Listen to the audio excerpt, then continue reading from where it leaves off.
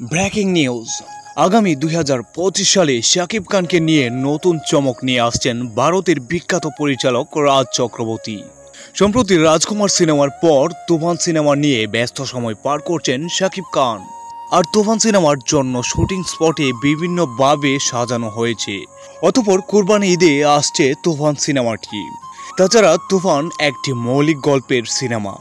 তুফানের টিম দেখেই এটা নিশ্চিত করা যায়। আশা করা যায় তুফান সিনেমাটি প্রায় 50 কোটি টাকা অতিক্রম করবে।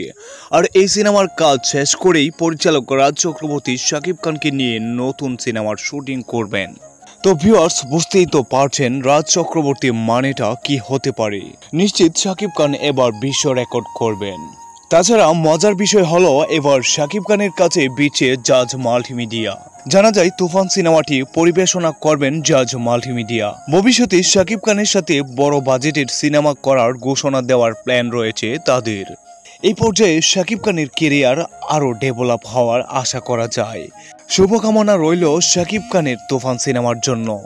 তো ভিউয়ার্স, যদি শাকিব খানের সকল ভিডিও পেতে চান তাহলে অবশ্যই চ্যানেলটি সাবস্ক্রাইব এবং লাইক দিয়ে রাখবেন। ধন্যবাদ।